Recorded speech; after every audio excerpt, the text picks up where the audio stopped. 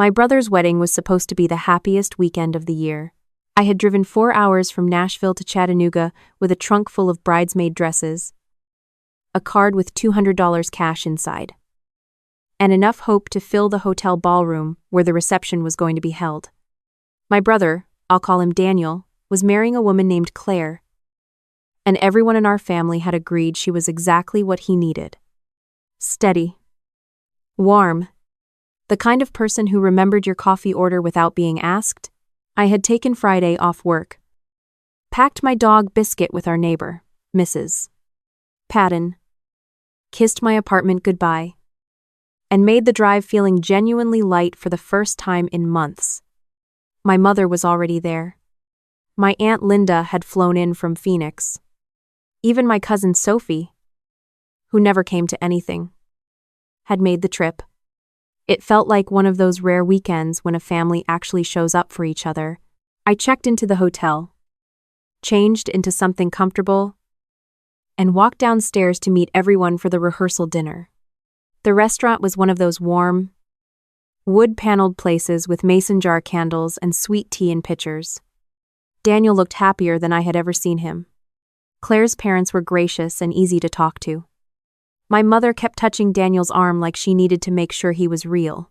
I sat next to my Aunt Linda and ate my weight in biscuits and felt something I hadn't felt in a long time. Safe. Surrounded. Like the family I had was actually enough. That feeling lasted until about 9 o'clock. When I went back to my room to get my cardigan, there was an envelope slid under my door. No name on the outside. Just a plain white envelope. The kind you buy in bulk from a drugstore. I picked it up and stood there in the doorway for a second, looking both ways down the empty hallway. Nobody. I closed the door behind me, sat on the edge of the bed, and opened it. Inside was a single folded piece of paper, handwritten. 8 words. Check the property records. Do it tonight. I read it 3 times. Then I read it a 4th time. My first thought was that it was the wrong room. Maybe someone meant this for a different guest. Some real estate drama that had nothing to do with me or my family. I almost set it on the nightstand and went back downstairs. But something made me open my laptop. I don't know how to explain that instinct except to say that something about the handwriting felt deliberate, not rushed. Whoever wrote that note had taken their time forming each letter. They had slid it under my door specifically. They had chosen me. I pulled up the county property records for Hamilton County. I typed in my mother's address, the house she had lived in for 31 years. The house Daniel and I had grown up in. To the house with the magnolia tree in the front yard that my father had planted the year I was born. The screen loaded. The house was not in my mother's name. I leaned closer to the monitor, like that would somehow change what I was reading. I refreshed the page. I searched again with a slightly different spelling. Same result. The property had been transferred 11 months ago. The name listed as current owner was a name I recognized, but it wasn't my mother's. It was Claire's mother.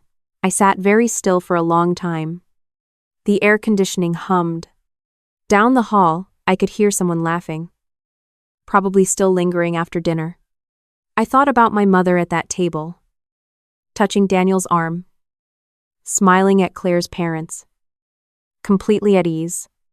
I thought about whether she knew. Then I thought about whether Daniel knew. I did not go back downstairs that night. I sat on that hotel bed in my cardigan with my laptop open and started pulling every thread I could find. Property transfer records. The date. The deed.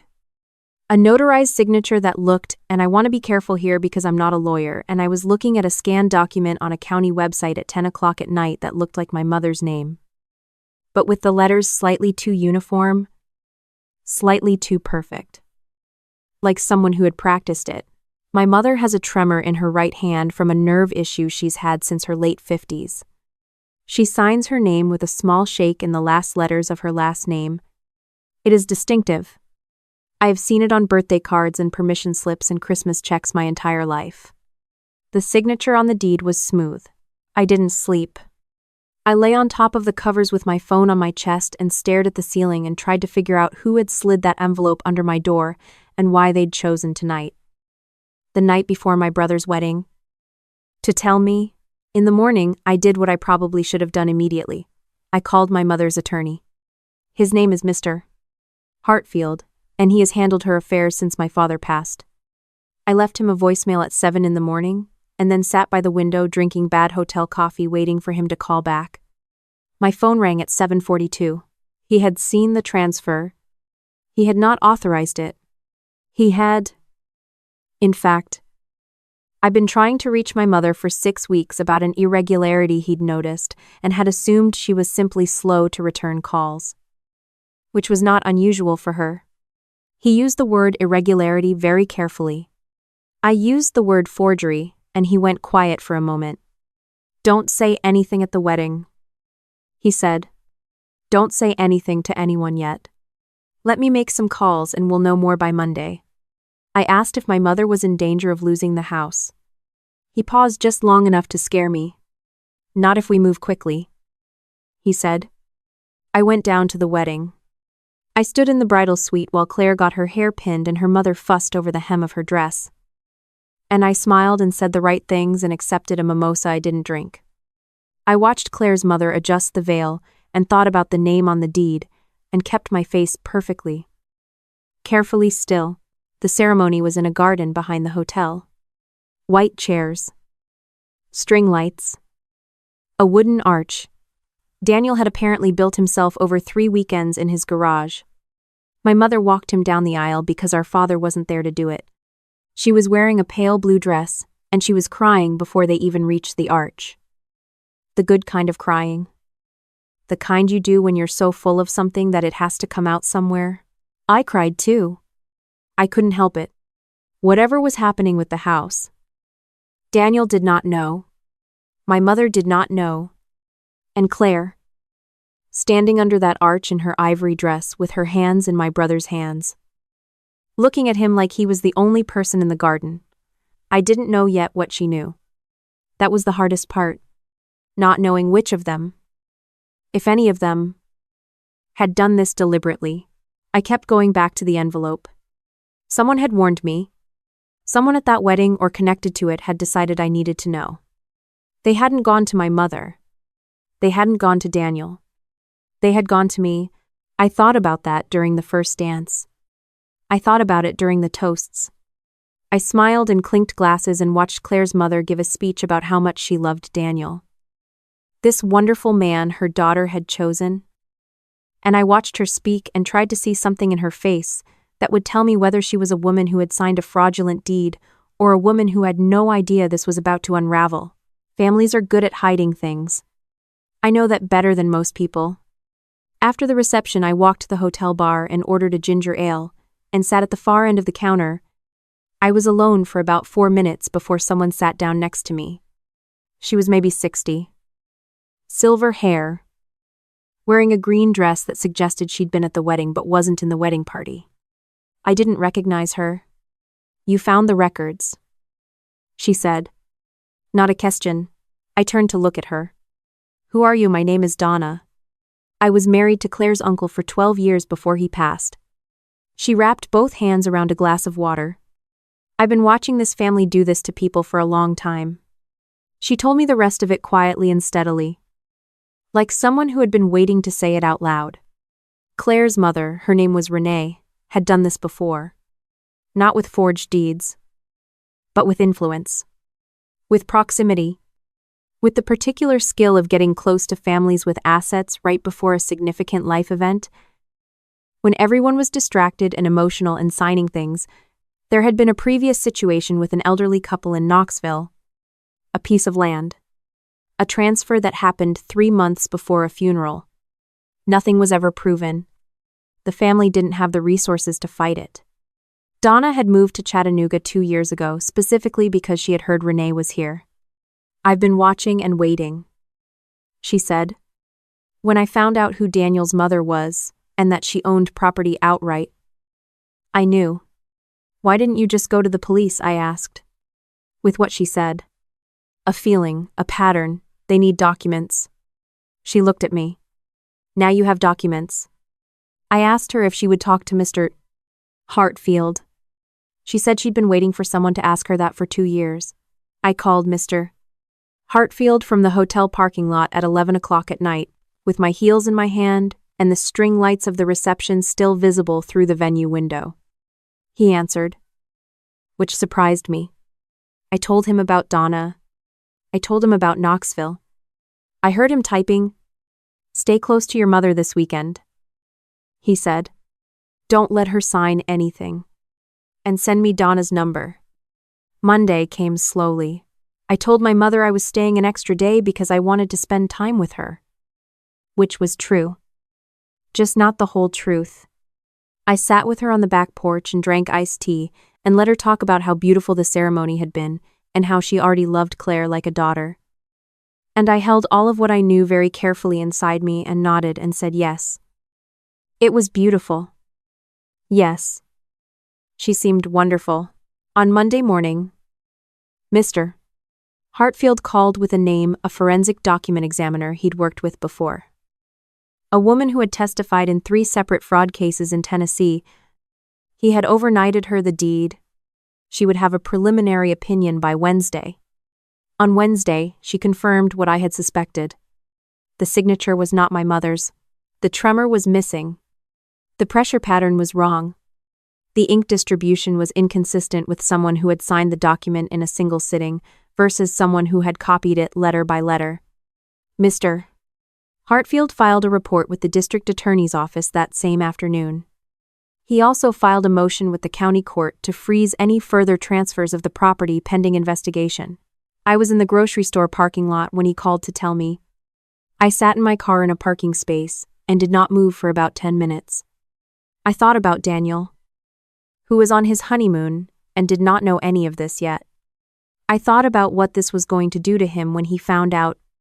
I thought about Claire, who I still did not fully know whether she was part of it or whether she was going to be blindsided the way my brother was. I thought about my mother, who had almost lost the house my father built for her without ever knowing she was in danger of losing it. That was the part that stayed with me the longest. That she had been at that rehearsal dinner smiling and pouring sweet tea and talking about grandchildren. And the whole time there was a document filed in a county office with a signature that was not hers, transferring the home she had lived in for 31 years to someone else. She didn't find out until Daniel came back from the honeymoon. We sat at her kitchen table, the 3 of us, and I walked them through everything the way Mr. Hartfield had walked me through it slowly, clearly, one document at a time. Daniel went very still, the way he does when he is trying not to show how upset he is. He asked me to repeat the part about the signature twice. He didn't say anything for a long time after that. Then he said, "Does Claire know?" I told him I didn't know. I told him that was going to be one of the hardest things to untangle. He nodded. He picked up his coffee cup and put it back down without drinking from it. Claire, for her part, came to us 2 days after Daniel and I had that conversation. She knocked on my mother's door and asked if she could come in. She sat at the same kitchen table and she told us that she had started to suspect something was wrong about a week before the wedding. When she had overheard a phone call her mother had made that she hadn't been able to fully explain to herself. She hadn't understood it fully then. She understood it now. She was shaking when she said it. Her hands were flat on the table and they were shaking. I believed her. That doesn't mean it wasn't devastating. It was. Whatever she knew or didn't know. She had brought her mother into our family's life. And her mother had used that access to try to take something that didn't belong to her. Claire understood that. She didn't try to minimize it or redirect it. She sat at that table and she let the weight of it be exactly as heavy as it was. Renee was charged 8 weeks later. Forgery of a legal instrument, fraudulent conveyance. The DA's office also opened an inquiry into the Knoxville situation after Donna provided her testimony. 2 other families came forward. The property was returned to my mother's name before the first hearing. Mr. Hartfield handled it. It took a single court appearance and a signed order from a judge who according to Mr. Happ. Hartfield did not appear to find the other side's explanation convincing. My mother went to the courthouse the day the order was signed. She didn't tell me she was going. I found out when she called me afterward from the parking lot. I just needed to see it with my own eyes. She said, "My name back on it."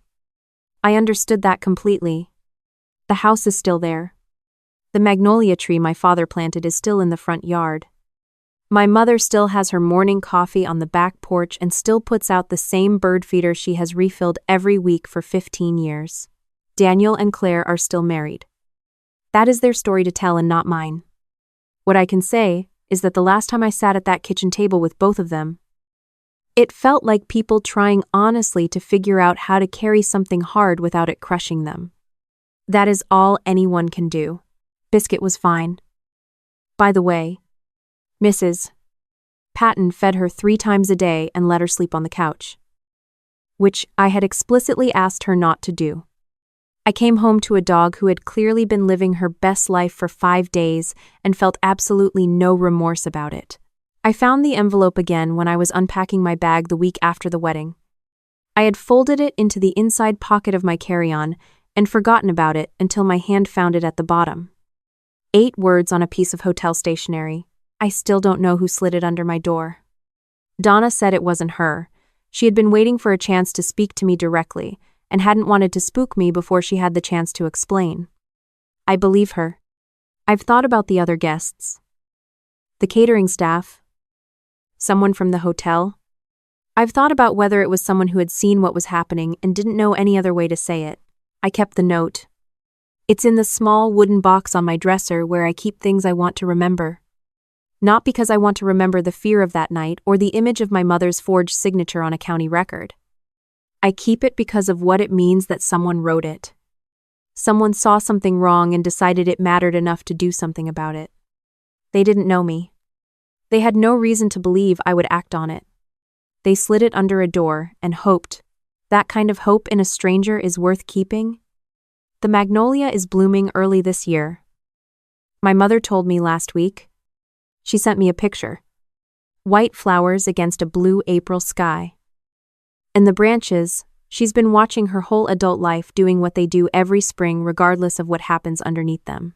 I saved the picture in my phone right next to the one of Biscuit asleep on Mrs. Broded Patton's couch. Completely unbothered. Like the world is basically a safe place if you know the right people. Maybe she has a point.